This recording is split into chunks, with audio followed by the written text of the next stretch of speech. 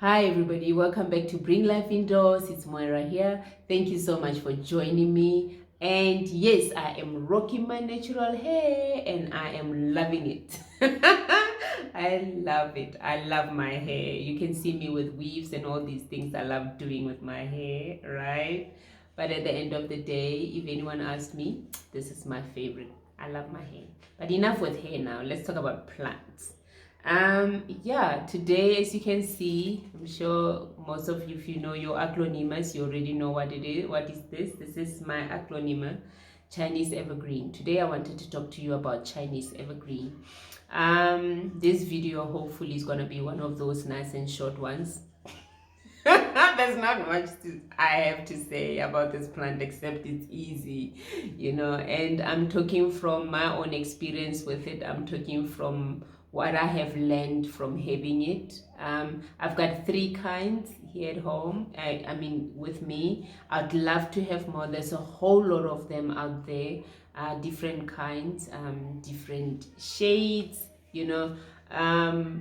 but with our garden shops, there's only so much you can get your hands on at the moment. But I'm hoping that they will start bringing in other kinds, which would be nice. So yeah, the first thing I want to say to you is, if you're looking for something that is super easy to care for, that will not give you issues, that doesn't demand a whole lot of your attention, this is a plant to go for. Believe me, Chinese Evergreen or Aglaonemas, I call them the Aglaonema family. This is a plant to go for. It's super easy to care for. It doesn't require a whole lot of your attention. If anything, it appreciates neglect. It's like one of those leave me alone plants. Like, leave me alone until I tell you I need you. Please leave me alone. Yeah, it's one of them, and I love it for that. I must be honest, I love it for that. So lighting, let's talk about lighting. They thrive in low light, they thrive in medium light, even better in bright light. Okay, I've got mine in different situations altogether. This one is in your bright light and is grown so big. It was never this big. When I brought it home, it was not this big. It has grown, it's continuing to give me new growth. There's one happening as we speak. There it is there. Yeah, it's continuing to grow.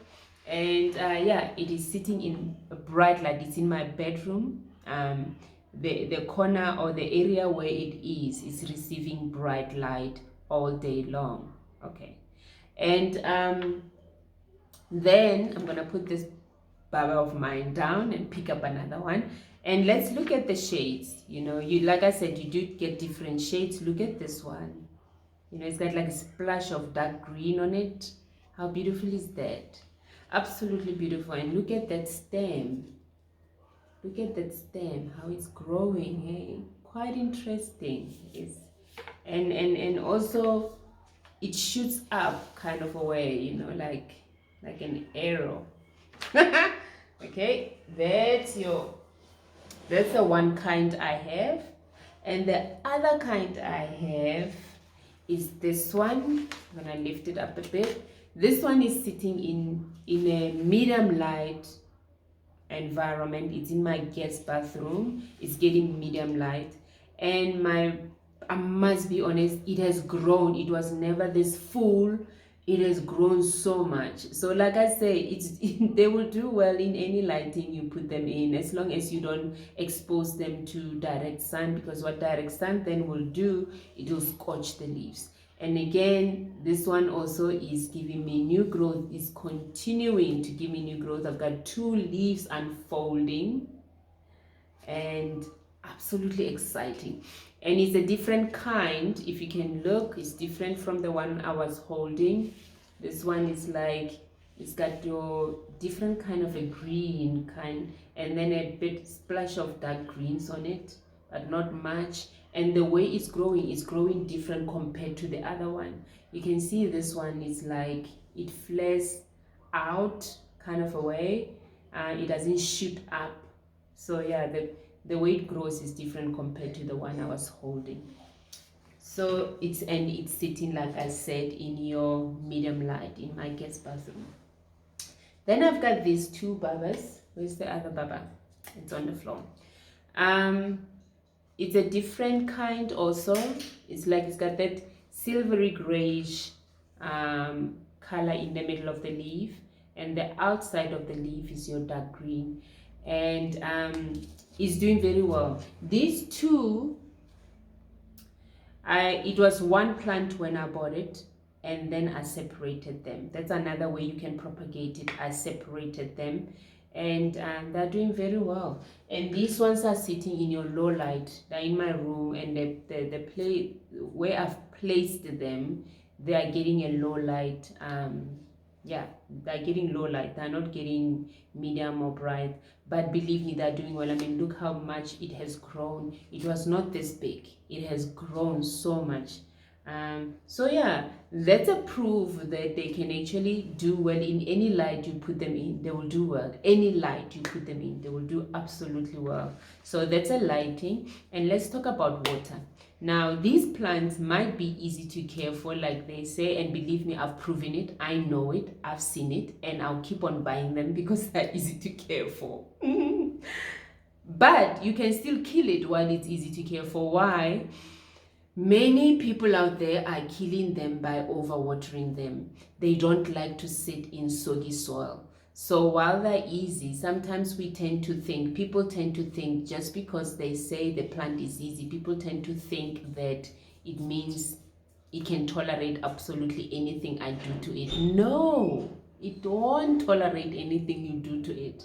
While it's easy, there's certain things it doesn't like. It doesn't like to be overwatered. You know, this is one of your plants. This plant is one of them that will tolerate drought. It tolerates drought, meaning it's happy to be neglected, to be left alone. So when it comes to water, I water all my aglaonemas when the soil is completely super dry. I leave it to go bone dry, you know, and then I give it water, you know. So while it's still moist, while the pot is still heavy, when you stick your finger in there and you come out and you feel it's still moist, leave it alone. Don't water it. Leave it alone. Let it go completely bone dry. Then you can give it water. Believe me, it will be so happy with you because it loves that. It loves that. It appreciates it, you know, to be left alone. So that's with water. Please don't overwater these. You'll kill them. They will die with root rot. That's exactly what's going to happen. The roots are going to rot and it will just collapse and fall apart.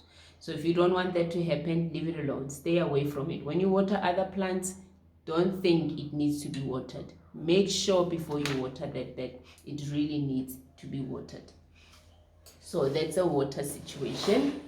That's why it falls under let me just hold it. It's not secured where it's sitting. That's why it falls under one of your easy to care for house plants. It's because of that. It's because of the lighting, the fact that it can survive anywhere, and the fact that you can actually neglect it and it will be fine. You can go on a holiday and not have to worry about it, to say, oh, I need someone to water my plant. This is not going to be one of them. You know, when you leave and you want to get someone to house sit your plants, like to look after your plants, this is not going to be one of them. This one will be happy that you are gone for a few weeks. You know, so yeah, it's easy to care for in that way. And as for fertilizing, I fertilize it. Obviously, it's still giving out growth. It's still giving out new growth. So what I do is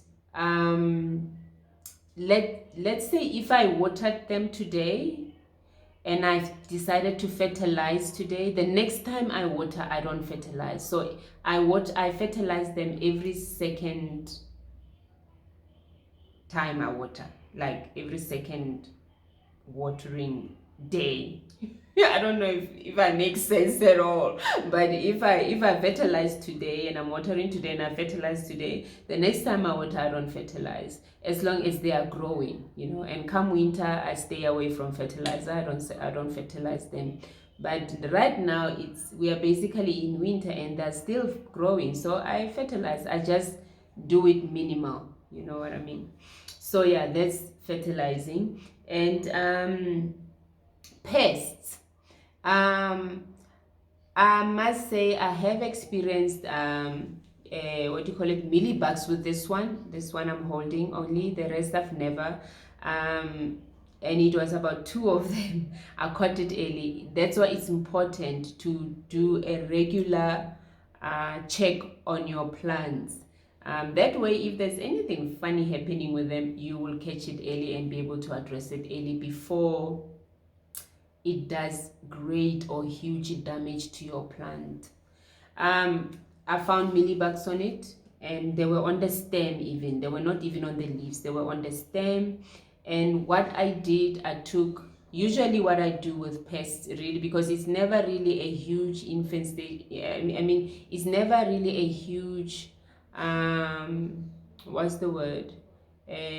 Outbreak. It's always 1 or 2 where you find 1 or 2 mealybugs.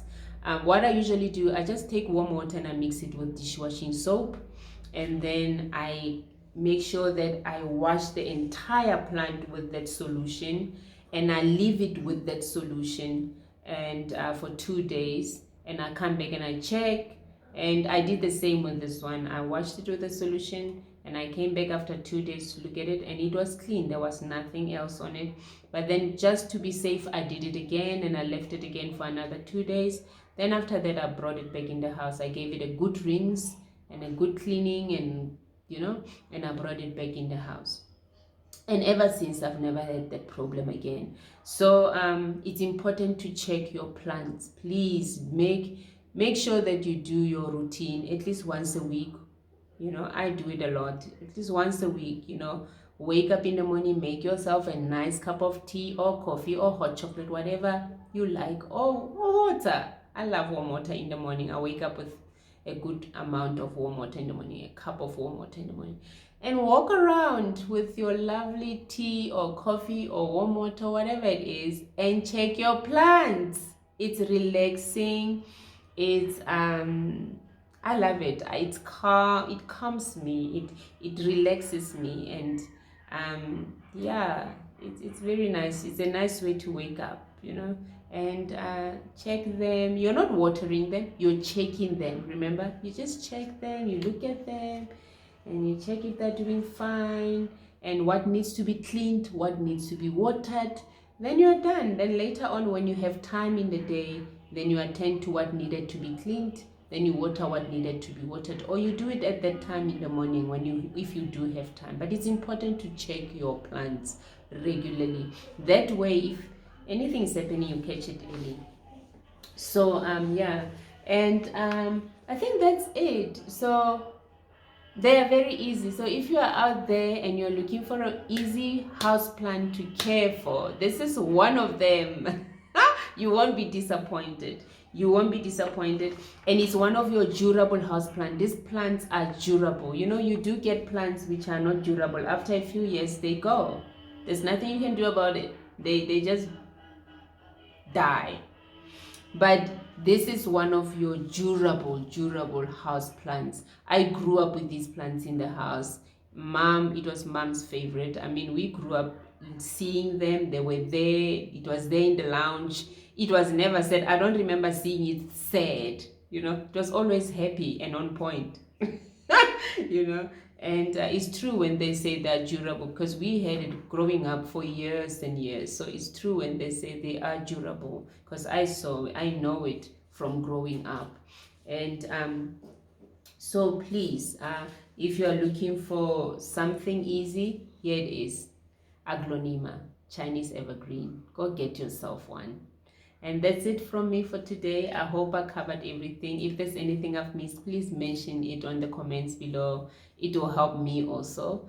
I love it when you comment. And yeah, until next time, let me know if you decided to go get yourself one, or you have one and how they're doing. I'd love to get my hands on many other types out there.